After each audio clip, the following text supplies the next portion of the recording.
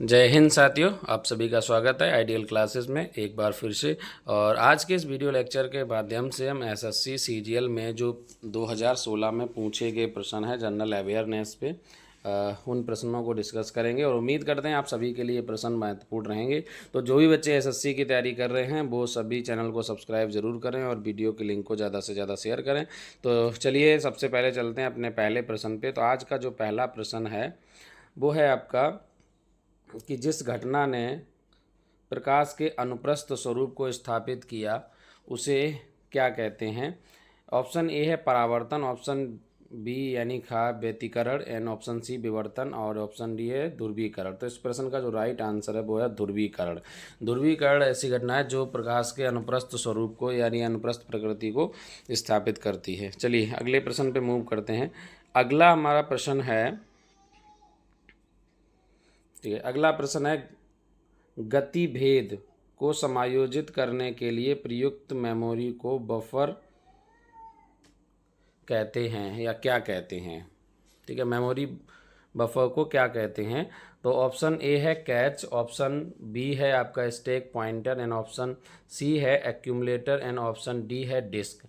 Question में पूछा गया जो गतिभेद है उसको समायोजित करने के लिए जो मेमोरी का प्रयोग किया जाता है उसको क्या कहते हैं। तो इस प्रश्न का जो राइट आंसर है वो है कैच। ठीक है, कैच कहा जाता है। अगले प्रश्न पे चलते हैं। अगला प्रश्न है क्लोरोफिल क्या होता है। ठीक है, तो इस क्वेश्चन का जो पहला ऑप्शन है वो सोडियम, बी ऑप्शन है पोटेशियम, सी है मैग्नीज, एंड डी है मैग्नीशियम। एक्चुअली क्लोरोफिल जो होता है वो आपके प्रकाश संश्लेषण के लिए महत्वपूर्ण होता है और ये जो है प्रकाश जो पेड़ पौधे होते हैं, हरे पेड़ पौधे, उनकी पत्तियों में पाया जाता है। तो क्लोरोफिल में इनमें से कौन सा तत्व पाया जाता है ये क्वेश्चन होगा। और इसमें लिखा जैसे क्लोरोफिल क्या होता है, ये एग्जैक्टली यही क्वेश्चन आया था। इसका जो राइट आंसर है वो होता है मैग्नीशियम। ठीक है, अगले प्रश्न पे चलते हैं। अगला प्रश्न है पुरालेख शास्त्र। जो पुरालेख शास्त्र होता है वो किसका अध्ययन किया जाता है उसमें।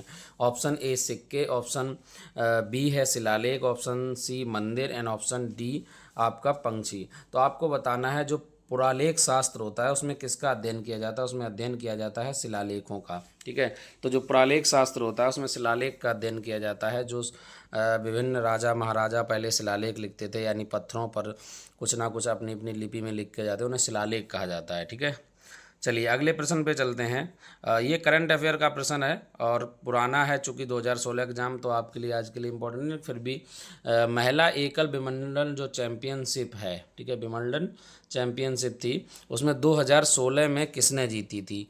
ठीक है, आपको बताना कि 2016 में कौन चैंपियन रहा था। तो इस प्रश्न का जो राइट आंसर है वो है सेरेना विलियम्स। 2016 में सेरेना विलियम्स ने जीती थी। चलिए अगले प्रश्न पे चलते हैं। अगला प्रश्न है आपका बीसी राय पुरस्कार जो है वो किस क्षेत्र में दिया जाता है। ठीक है, आपसे पूछा गया जो बीसी राय है वो पुरस्कार जो है वो किस क्षेत्र में दिया जाता है। तो इस प्रश्न का जो राइट आंसर है वो है आपका चिकित्सा गा। बीसी राय पुरस्कार जो है वो चिकित्सा के क्षेत्र में दिया जाता है। अगले प्रश्न पे मूव करते हैं।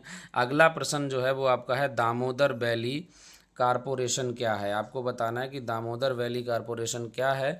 तो इस प्रश्न का जो राइट आंसर होगा वो होगा आपका ऑप्शन ए, एक सांविधिक निकाय है ये। ठीक है, चलिए अगले प्रश्न पे चलते हैं। अगला प्रश्न है भारत में सर्वोच्च वीरता पुरस्कार कौन सा है। आपको बताना है कि भारत में जो सर्वोच्च वीरता पुरस्कार होता है वो क्या है। तो यहाँ पर जो राइट आंसर होगा वो होगा आपका ऑप्शन पहला है वीर चक्र, परमवीर विशेष सेवा पदक, कीर्ति चक्र और परमवीर चक्र। तो इस प्रश्न का जो राइट आंसर होगा वो होगा आपका ऑप्शन डी यानी घा, परमवीर चक्र। परमवीर चक्र जो है वो सर्वोच्च वीरता पुरस्कार के नाम से जाना जाता है।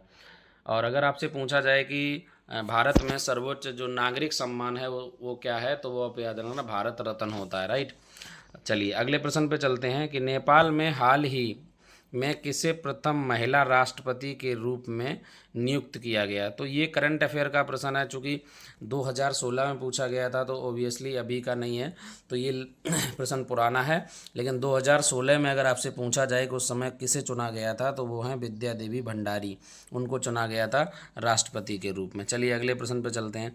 अगला प्रश्न है पुलित्जर पुरस्कार। ये इंपॉर्टेंट है क्योंकि पुरस्कार से क्वेश्चन हमेशा ही आता है। पुलित्जर पुरस्कार जो है वो किस क्षेत्र में असाधारण कार्य करने के लिए दिया जाता है?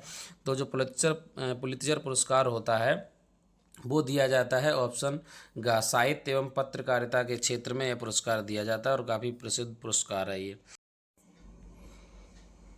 अगला प्रश्न है आपका कार्बन मोनोऑक्साइड वो है प्रदूषक क्यों है?